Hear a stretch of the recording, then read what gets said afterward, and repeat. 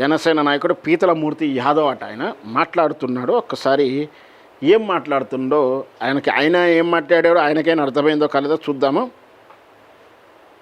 ఆయన పెద్ద జోక్ వేశాడు. విషయం ఏంటంటే ఆయన ఒక పెద్ద జోక్ వేశాడు, అదేందో చూసుకుందాం. ఒక్కసారి ఇటు చూపించాను.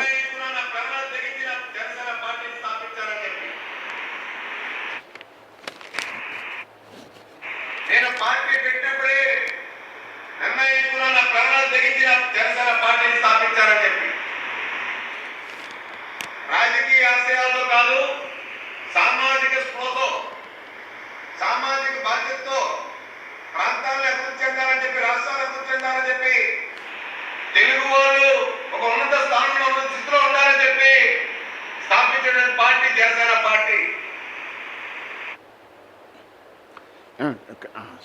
చెప్తా, తెలుగువారు కాదు బాబు, ఆ 2.5 జిల్లాలు, ఆ 2.5 కులాలు వెలగాలని, వెలుగొందాలని మళ్ళీ స్పష్టంగా చెప్తున్నా. 2.5 జిల్లాలు, ఆ 2.5 జిల్లాలో చెప్పనా, కృష్ణా, గుంటూరు,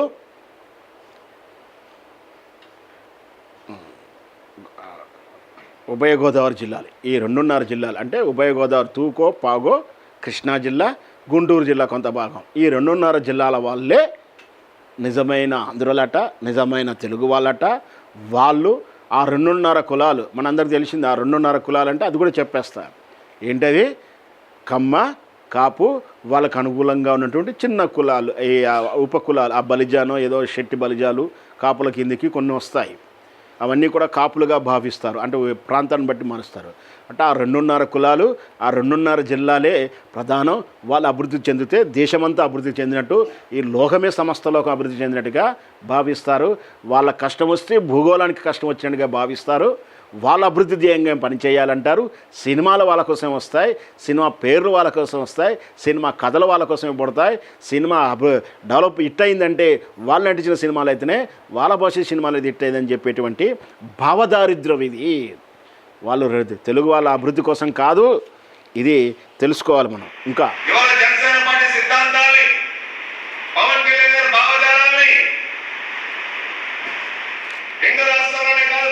కాదు, ఒక్క మాట, ఈయన పేరేం చెప్పారుగా, పీతల మూర్తి యాదవ్ గారు.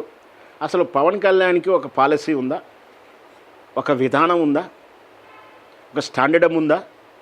వ్యక్తిగత జీవితంలోకి వెళ్ళట్లేదు. ఆ 3 పెళ్ళిళ్ళు వాటి గురించి నేను వెళ్ళదలుచుకోలేదు, వెళ్ళను. అది కూడా డిస్టర్బ్, అది కూడా పాలసీ కాదు, నేను అందులోకి వెళ్ళను. పార్టీకి ఒక స్టాండ్ ఉందా? పాచిపోయిన లడ్డూలు అంటాడు, మళ్ళీ సనాతన ధర్మం అంటాడు, పాచిపోయిన కల్తీలో లడ్డూలో కల్తీ ఉందంటాడు,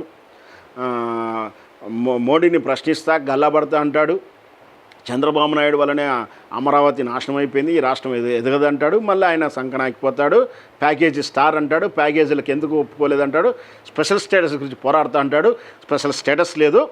ఇట్లా స్టాండు. 3,000 మంది మహిళలు మిస్ అయ్యారు, ఒక్క మహిళను తీసుకొచ్చాడా? ఇగో నేను తీసుకొచ్చాను, నేను ముఖ్యమంత్రి అయిన తర్వాత గత కాలంలో పారిపోయినటువంటి అడ్రస్ లేకుండా మహిళని తీసుకొచ్చి జీవితం ఇచ్చానని చెప్పాడా? వాళ్ళు మన సుగాలి విషయం ఏం చేశాడు? అదొక పాలసీ నాయనది. పాలసీ లేని వ్యక్తికి పాలసీ అంటారేంటయ్యా బాబు?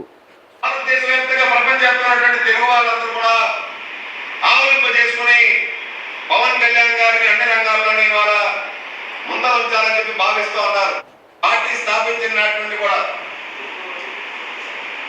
తెలంగాణలో అనేకమైనటువంటి సామాజిక కార్యక్రమాలు చేశారు. సామాజిక బాధ్యత మద్దతుగా నిలిచారు. తెలంగాణలో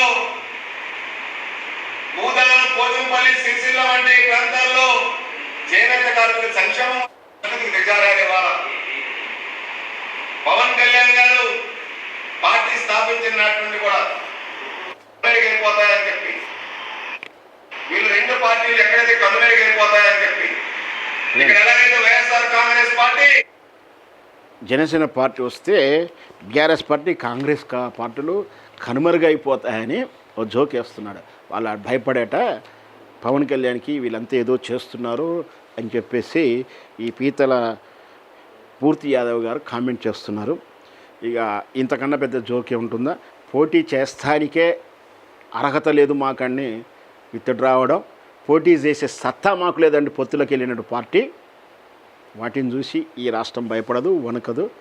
మెజారిటీ లేనప్పుడు కూడా అంటే బీఆర్ఎస్ పార్టీకి టీఆర్ఎస్ పార్టీకి ఇక్కడ వస్తుందో రాదో అని అంటే అపనమ్మకాల మీదనే ఉద్యమం చేసి సాధించుకున్నటువంటి మేము మీ లల్లాయి ముచ్చట్లకు భయపడే ముచ్చటేం లేదు. ఇట్లాంటి జోకులు వేసి నవ్వుల పాలు కాకండి, మీ పవన్ కళ్యాణ్ పరువు తీయకండి. ఇది అండి ఈనాటి ముఖ్యాంశాలు.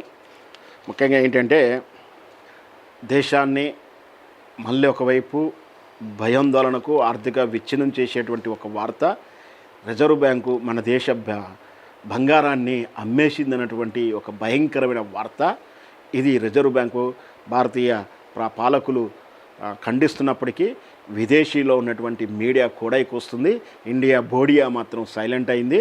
రిజర్వ్ బ్యాంక్ ఖండిస్తుంది. కానీ కొనుగోలు చేసినటువంటి విధానం ఏదైతే ఎక్కడైతే అమ్మారో కొన్న వాళ్ళు చెప్తా ఉన్నారు. వాళ్ళు చెప్తున్నారంటే అది సోషల్ మీడియా వార్త కాదు, మెయిన్ స్ట్రీమ్ వార్త. అంటే ఏదో జరుగుతుంది, ఆందోళన చెందుతూ ఉన్నాం. రెండవది పవన్ కళ్యాణ్ గారికి వదిలినటువంటి ఆ పెంట వాసన ఇంకా తెలంగాణలో అక్కడో ఇక్కడో వస్తూనే ఉంది. నిన్న కేటీఆర్ గారు చాలా సౌమ్యంగా రిప్లై ఇచ్చారు. ముఖ్యంగా గద్దర్ గారి కూతురు కూడా రిప్లై ఇచ్చింది, జర సౌమ్యంగానే ఇచ్చింది, మనకు నచ్చకపోవచ్చు. ఇకపోతే భూమి ధరలు పెంచడం అనేది సమంజసం కాదు. ఇంకొకటి ఆంధ్రజ్యోతిలో ఒకటి ప్రధానమైన వార్త ఒకటి వచ్చింది, మనం ఇది ఒకసారి చూడండి, జూమ్ చేసుకొని.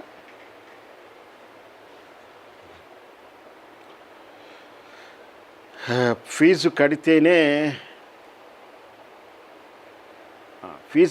సర్టిఫికెట్ ఇస్తారు. ఇది ఫీజు రియంబర్స్మెంట్.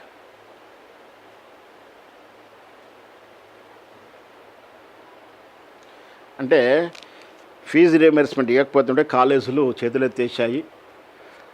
గత 4 ఏళ్ల నుంచి ఫీజు రియంబర్స్మెంట్ రాక విద్యార్థులు సర్టిఫికెట్ తీసుకోలేకపోతున్నారు. ఫీజు మొత్తం కడితేనే ఇస్తా అంటారు. దాంట్లో నేను కూడా బాధితున్నే. చేసేది ఏమి లేక మౌనం వహించాను, బాధలు పడుతున్నాను, కన్నీటిగా చెప్పుకుంటే పరుగు పోతుందని నేను మౌనం వహిస్తున్నాను. ఫీజు కడితే కానీ సర్టిఫికెట్ ఇస్తారట. కాదని మనం విద్యార్థుల హక్కుల్లో విద్యా హక్కును, కన్జ్యూమర్ హక్కును నిలదీస్తే మనల్ని ఎక్కడ వేధిస్తారో అని భయంతో ఆగుతున్నాము. ఇంకా పోతే ఇప్పుడు కూడా కొత్త అడ్మిషన్లకు మీ ఫీజు రియంబర్స్ కుత్బినాయి జాంతా, మీ లెక్కలు మాకొద్దు, మీరు ఫీజు కట్టుకోవాల్సిందే. ఫీజు కట్టుకొని మీకు ఫీజు రియంబర్స్మెంట్ వస్తే అప్పుడు మీరు తీసుకోండి, మాకు సంబంధం లేదంటూ ఫీజు మొత్తం కట్టాలంటే బడుగు బలహీన వర్గాలకు చెందినటువంటి వాళ్ళు, ఆర్థికంగా వెనుకబడినటువంటి నిమ్న జాతులు, అన్నమో రామచంద్రను ఆల్రెడీ ఏడుస్తున్నటువంటి ఆ కుటుంబీకులు ఈ ఫీజులు అంటే బీటెక్ లాంటి కోర్సులు కానీ, ఇంటర్మీడియట్ మీద కొంత ఫీజులు కానీ ఇప్పుడు అన్నమో రామచంద్రను ఏడుస్తూ ఉన్నారు. భారమై తలలు పట్టుకొని కూర్చున్నారు. ఆయన ఈ రాష్ట్ర ప్రభుత్వానికి కించెంతో బాధ అనిపిస్తలేదు. లేని కొత్త మూసీ సుందరీకలం పేరు మీద, స్టడీస్ పేరు మీద 100 కోట్లు, తమ మనవడు దోస్తుల కళ్ళల్లో ఆనందం చూడడానికి ఫుట్బాల్ మ్యాచ్లు, అందాల పోటీ మీద కోట్ల రూపాయలు, పబ్లిసిటీ పిఆర్ స్టంట్ మీద కోట్ల రూపాయలు, పక్క రాష్ట్రాల ఎన్నికల ఖర్చులు, మనం పక్కూరికి వెళ్ళాలన్నా, ఎర్ర బస్ ఎక్కాలన్నా, పల్లె బస్ ఎక్కాలన్నా భయపడే మనమే. కానీ మన పాలకులు మాత్రం హెలికాప్టర్లో హాయిగా సుస్తులు పోసుకుంటారని కూడా తిరుగుతున్నారని విమర్శలు వస్తూ ఉన్నాయి. మరి అట్లాంటి వాలకులు ఉన్నప్పుడు మనం అవకాశం ఇస్తే మన బతుకు మారుస్తామనుకుంటే వాళ్ళ బతుకులు కోట్ల రూపాయలతో వెలుగొందేలా చేసుకుంటున్నారు. మరి రాబోయే ఎన్నికల వరకైనా వాళ్ళు తీరు మార్చుకుంటారో, ప్రజలు బుద్ధి చెప్పిందాక అలాగే ఉంటారో వేచి చూద్దాం. ఇది ఈనాటి వార్తలు.